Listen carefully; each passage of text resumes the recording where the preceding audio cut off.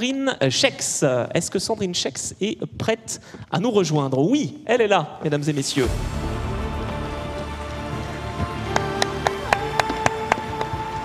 Bonjour Sandrine, Bonjour. Bienvenue. Donc vous êtes vice-présidente chargée de l'action sociale et du handicap, mais également pour la région Auvergne-Rhône-Alpes, mais également engagée dans une association, c'est ça? Oui, en fait, je suis référente handicap de l'association des régions de France. Alors je vous laisse la parole pour ouvrir cette conférence, justement, c'est important d'avoir un mot d'ouverture. Alors déjà, tout d'abord, vous saluer et saluer les organisateurs Athénée Collection pour cette belle initiative qui a beaucoup de sens pour l'ensemble des acteurs et qui, je crois, est déjà remarquable de par la qualité des intervenants qui sont mobilisés toute la journée.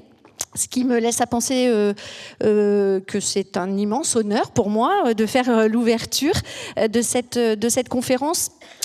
Aussi peut-être parce que je suis la provinciale des intervenants, ou en tout cas une des provinciales, et c'était aussi, je crois, le sens de l'invitation à ce que je prenne la parole, pour bien aussi situer les acteurs de proximité du territoire, comme étant des acteurs importants de la mobilité, évidemment les régions qui en ont la compétence, puisque nous sommes chefs de file des mobilités, et aussi parce que s'il y a des enjeux aujourd'hui avec ce qui va se passer cet été, avec Paris 2024, avec les Jeux Olympiques et Paralympiques, qu'il y aura aussi, notamment dans les Alpes françaises, les Jeux paralympiques et olympiques de 2030, il y a aussi 365 jours dans l'année, sur toutes les années que nous avons à vivre ensemble.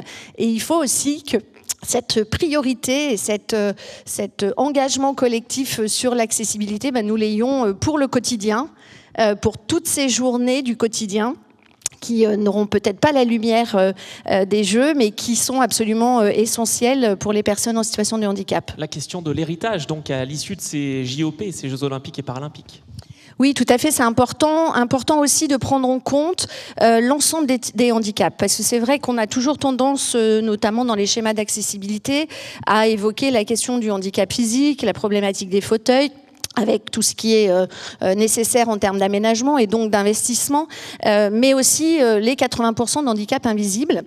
Le handicap, effectivement, la déficience visuelle, la déficience auditive, les troubles cognitifs et psychiques qui nécessitent aussi un engagement, une réflexion de tous pour pouvoir faciliter le parcours et, j'allais dire, des déplacements en toute liberté et en toute autonomie. Ça n'est pas qu'une affaire, effectivement, d'investissement matériel.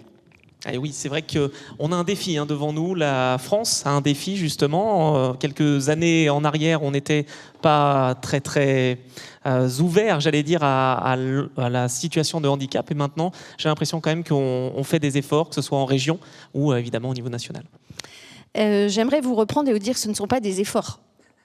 Nous devons répondre nécessairement aux besoins et, j'allais dire, aux droits tout à fait fondamentaux des personnes en situation de handicap. Alors on peut appeler ça des efforts, mais je crois que c'est juste notre rôle à tous collectivement.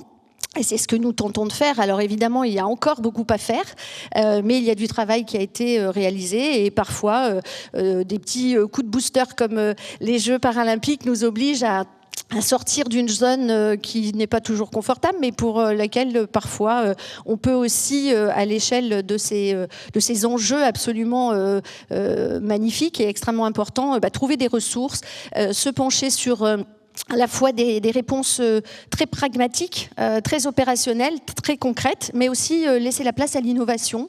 C'est ce que nous essayons de faire dans les régions, et notamment dans ma région Auvergne-Rhône-Alpes, où on essaye d'être à l'écoute du quotidien. Je crois que vraiment la notion de quotidien est importante, que ce soit avec les balises sonores que l'on souhaite mettre à l'entrée de toutes les gares, de nos lycées aussi, mais de laisser place aux calculateurs d'itinéraires, de faire confiance aussi à des startups et surtout aux personnes concernées, pour qu'on puisse trouver les solutions pour faciliter leur parcours quotidien.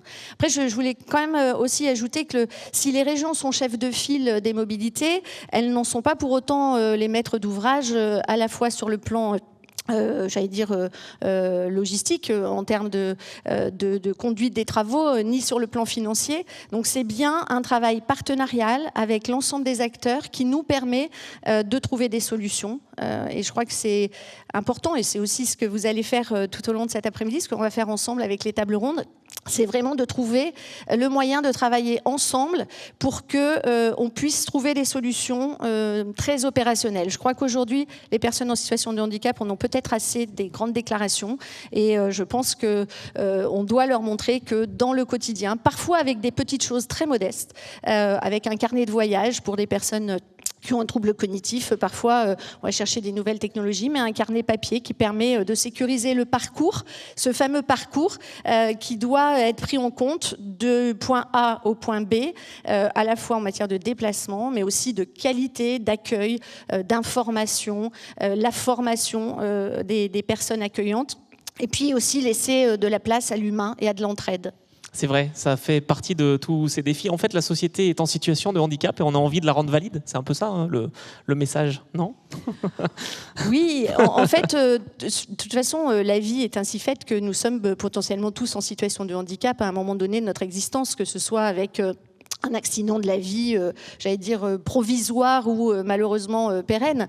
Et si on a la chance de vieillir, ce que je nous souhaite, nous serons aussi quelque part en situation de handicap. Donc une fois de plus, comme il me plaît toujours de le dire, lorsque l'on agit pour faciliter le parcours de vie et le quotidien des personnes en situation de handicap, finalement, on rend service à toute la société, que l'on soit jeune ou moins jeune. Merci beaucoup Sandrine Schex, donc vice-présidente chargée de l'action sociale et du handicap de la région Auvergne-Rhône-Alpes pour ce discours d'ouverture. Vous pouvez l'applaudir.